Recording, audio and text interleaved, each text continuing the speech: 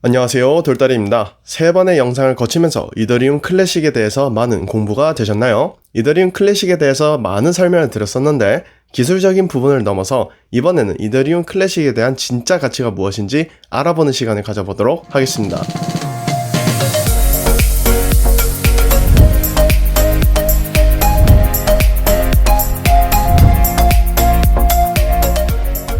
이더리움 클래식은 베리 실버트가 최후의 살아남을 코인 중 하나로 거론하기도 하였으며 그레이스케일 자산 운용사의 포트에서 가장 유입된 공급량이 많은 종목이기도 하죠.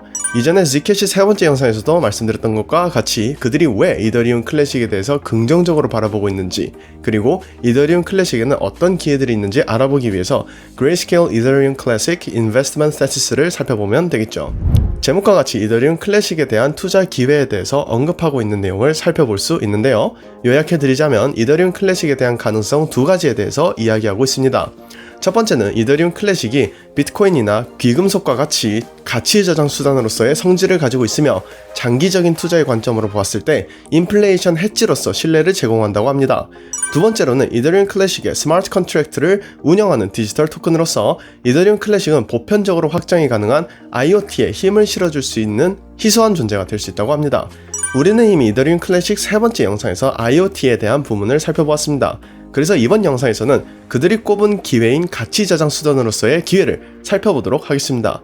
저 또한 개인적으로 이더리움 클래식의 가장 핵심적인 평가 요소라고 생각되는 부분이기도 하죠. 자, 그렇다면 그들이 이더리움 클래식을 디지털 가치 저장 수단으로 보는 이유가 무엇인지 살펴보도록 하겠습니다. 물리적 혹은 디지털 가치 저장 수단으로서 자산을 투자하는 데 특정 핵심 속성들이 있다고 하는데요. 금, 은, 백금, 비트코인, 그리고 지금 이더리움 클래식은 그레이스케일 자산 운용사가 믿고 있는 가치 저장 수단의 지속과 성공으로 가는 특성들을 공유하고 있다고 합니다. 그러면서 가치 저장 수단으로서 가져야 할 속성들을 나열하고 있는데요. 이는 곧 희소성, 가분성, 휴대성, 균일성 혹은 대체 가능성, 검증 가능성, 인지 가능성을 의미합니다. 그럼 차례대로 살펴보도록 하겠습니다. 첫째는 희소성입니다. 이더리움 클래식은 희소성이 있는 자산으로서 2070년까지 2억 1000만 개의 토큰 공급에 육박할 것이며 최대 2억 3천만 개, 최대 발행량이죠. 2억 3천만 개의 토큰이 유통이 될 수 있다고 합니다. 실제로 다오 해킹 사태 이후 이더리움이 하드포크하고 나갔을 때 무제한이었던 발행량을 2억 3천만 개로 제한하였고 수량이 한정되어 있으면 곧 희소 가치가 올라감을 의미하는 것이죠. 두 번째는 가분성입니다. 디지털 통화는 세계에서 가장 나누기가 쉬운 결제 형태를 나타낸다고 합니다. 이더리움 클래식의 최소 단위인 웨이는 단일 토큰의 소수점 18자리까지 표시할 수 있다고 하죠. 가분성이 뛰어나다는 것은 세밀한 교환이나 거래에서도 굉장히 효율적임을 알 수 있습니다. 세 번째로는 휴대성입니다. 이더리움 클래식은 기존의 결제 네트워크보다 훨씬 빠르게 국경을 넘나들면서 전송될 수 있으며 이 부분에서는 비트코인을 대체할 수 있고 기존의 피아트 커런시나 귀금속보다 훨씬 휴대성이 뛰어나다고 합니다. 사실 휴대성 부분에서는 다른 기존의 자산들보다 이더리움 클래식이나 비트코인을 포함한 기타 다른 암호화폐들이 모두 뛰어나다는 부분임을 알 수 있는데요. 여기에 이 휴대성에서 추가적으로 기존의 결제 네트워크보다 훨씬 빠른 속도가 강조되고 있음을 알 수 있습니다. 네 번째로는 균일성, 대체 가능성입니다. 이더리움 클래식의 한 유닛은 정확히 다른 유닛과 동일한 사이즈와 값어치를 나타낸다고 합니다. 여기서 균일성이란 위에서 언급하고 있는 바와 같이 하나를 다른 하나와 동일하게 교체할 수 있어야 됨을 의미하죠. 즉, 한 개의 가치가 다른 한 개의 가치와 동등해야 한다는 것을 의미합니다. 예를 들어 조개 껍질을 생각해 봅시다. 조개의 껍질은 크기부터 색, 그리고 두께가 모두 균일하지 않죠. 내가 가지고 있는 조개 껍질이 저 사람이 가지고 있는 조개 껍질과 동등하게 대처 가능하다고 이야기하기는 힘들다는 것이죠. 그에 비해 금과 비트코인은 균일성, 대체 가능성 면에서는 굉장히 뛰어납니다. 1kg의 금은 다른 1kg의 금과 완벽하게 동일하고 1비트코인은 또한 다른 1비트코인과 완벽하게 동일하죠.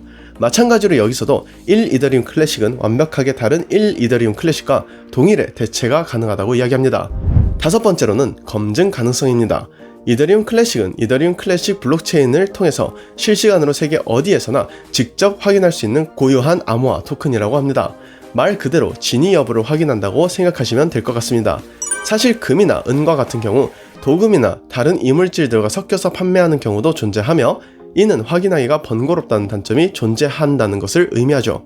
또한 법정 화폐는 위조 지폐를 생각해보시면 더더욱 검증에 있어 취약하다는 것을 알 수 있습니다.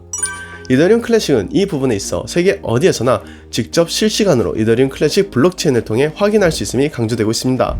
마지막 6번째로는 인지 가능성입니다. 이더리움 클래식은 인지된 유틸리티와 함께 트랜잭션 토큰으로서 널리 인식되고 있습니다. 매일 수만 개의 활성 지갑 주소와 네트워크 트랜잭션을 관찰할 수 있다고 하죠. 가치가 있다는 것으로 인지되어야 가치 저장 수단으로서의 가치가 높아집니다. 사람들이 가치가 있다고 인지하지 못한다면 수용하고자 하지 않을 테니까 말이죠. 이렇게 그레이스케일 자산 운용사에서는 이더리움 클래식에 대해 가치 저장 수단으로서의 조건이 위와 같이 충족되었다고 판단하고 있으며 이에 대한 기회가 있음을 나타내고 있습니다.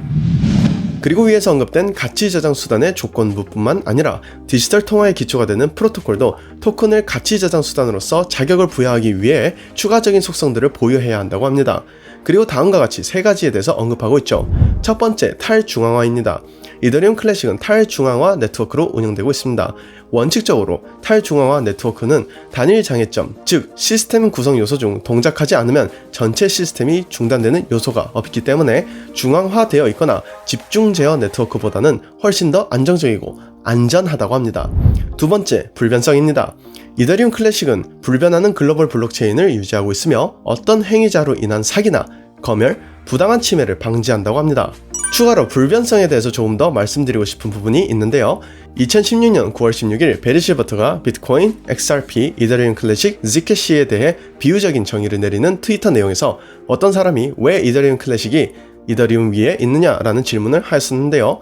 이에 베리 실버트는 immutability, 즉 불변성이라고 대답한 바 있습니다. 여기서 우리가 한 가지 떠올려야 할 사건이 있는데요. 바로 DAO 해킹 사건입니다. 다시금 말씀드리지만 이 사건은 블록체인에 문제가 있었던 것이 아니라 DAO라는 프로그램의 약점을 파고든 사건입니다. 이더리움 클래식 두 번째 영상에서도 다루어 드렸었으니 참고하시면 좋을 것 같습니다. 더 DAO 해킹 사건 때 블록체인을 수정하는 것은 블록체인 정신에 어긋나는 행위라며 롤백을 반대하고 입장을 고수했던 진영이 이더리움 클래식이었는데요. 그들은 탈중앙화와 블록체인의 정신 그리고 코드는 곧 법이라는 이념 하에 입장을 고수하였으므로 불변성의 가치를 지킬 수 있었습니다. 이더리움이 부족하다는 이야기가 아닙니다. 이더리움에서 부각할 수 있는 가치는 그 가치대로 인정받는 것이고 이더리움 클래식은 이더리움 클래식대로 인정받아야 한다는 것을 의미합니다. 이더리움은 분명히 좋은 코인입니다. 개인적으로 블록체인 생태계를 넓히는 어머니와 같은 존재라고 생각합니다. 하지만 여기서 다뤄지는 주제는 가치 저장 수단이고 가치 저장 수단에서 조건이 되는 불변성에서는 적어도 이더리움은 블록체인을 건드렸었기 때문에 이더리움 클래식보다 비교적 부족하다는 것이죠. 수량도 한정적이지 않고요. 즉 가치 저장 수단 부분에서만큼은 이더리움 클래식의 가치를 베리 실버트나 그레이스케일 자산 운용사가 높게 평가하고 있음을 알 수 있습니다. 해킹 시도에는 조건이 필요합니다. 기존 규칙을 준수하여 얻는 이익보다 51% 이상 공격 시 얻는 이익이 더 많아야 한다는 것이죠. 그것을 가능하게 하려면 50% 이상을 장악할 수 있는 강력한 해시 능력을 보유해야 하는데 이를 위해서는 고비용 지출을 피할 수가 없습니다.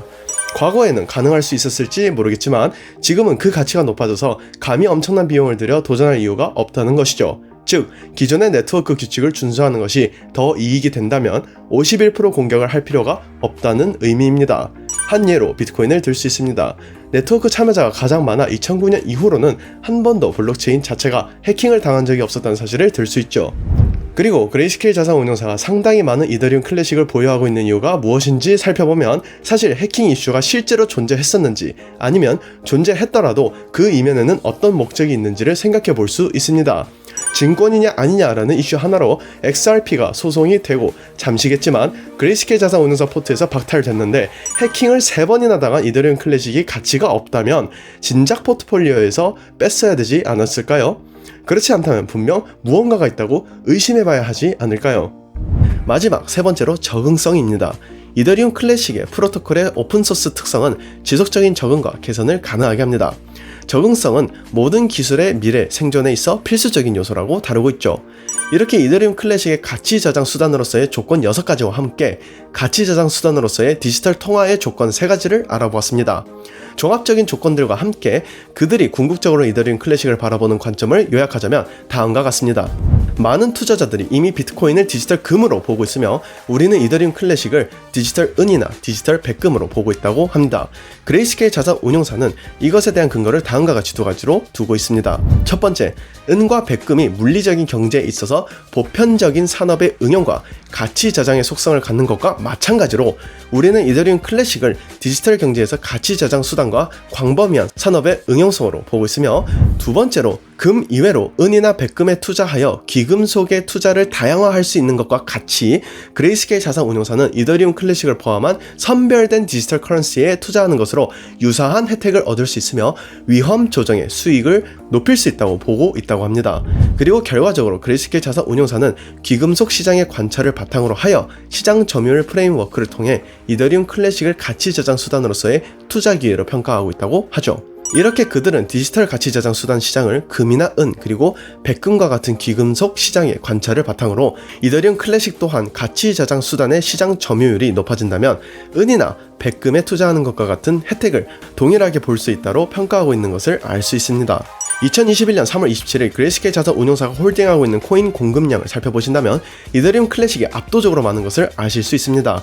그리고 이더리움 클래식 세 번째 영상에서도 다루어 드렸듯이 베리 실버트는 0.5달러부터 이더리움 클래식을 매집하였고 비트코인 이외에 처음으로 매수한 코인이 이더리움 클래식이었죠. 최근 2021년 5월 5일 베리 실버트는 자신의 트위터를 통해서 이더리움 클래식의 가격이 이더리움을 따라잡는다면 재밌지 않을까라는 트위터를 남겼었는데요. 해당 트윗에 대해 커뮤니티 게시판에 글을 올렸을 때 몇몇 분들은 시총 차이가 큰데 따라잡을 수 있겠냐, 혹은 이더리움이 이더리움 클래식보다 부족한 게 뭐냐 라고 말씀하시는 분들도 계셨었는데요. 저는 이더리움과 이더리움 클래식을 같이 비교하거나 이더리움 클래식이 우위다 혹은 이더리움이 우위다 라고 말씀드리거나 생각한 적도 없습니다. 그리고 시총도 먼저 출발한 코인이 있으면 뒤따라가듯이 차후에 출발하는 코인도 있으니 그에 대한 가능성을 완전히 배제하는 건 어쩌면 투자 기회를 잃어버릴 수 있는 섣부른 판단일지도 모른다고 생각합니다. 어디까지나 개인적인 생각이지만 이더리움과 이더리움 클래식에서 각각 바라볼 수 있는 가치가 분명히 각각 있고 그 가치 요소들은 다른 분야이기 때문에 개별적으로 평가하는 게 맞다고 생각합니다. 마지막으로 가치 저장 수단은 굉장히 중요한 주제입니다. 비트코인의 핵심 중 하나가 가치 저장 수단으로서의 기능이기 때문이죠. 우리보다 더 똑똑한 전문가인 그레이스케일 자산 운용사가 왜 이더리움 클래식을 은과 백금에 비유하는지, 그리고 이것을 자신들의 투자 이유라고 당당히 왜 이야기하고 있는지에 대한 생각은 분명히 우리가 해봐야 할 부분이라고 생각합니다. 지금까지 이더리움 클래식에 대해서 조금 더 깊게 생각해보는 시간을 가져보았는데요. 어디까지나 투자는 본인의 확신에서 비롯되는 인내의 기간이며 본인의 선택임과 책임임을 강조드리면서 이번 영상 마무리 짓도록 하겠습니다. 지금까지 돌다리였습니다. 감사합니다.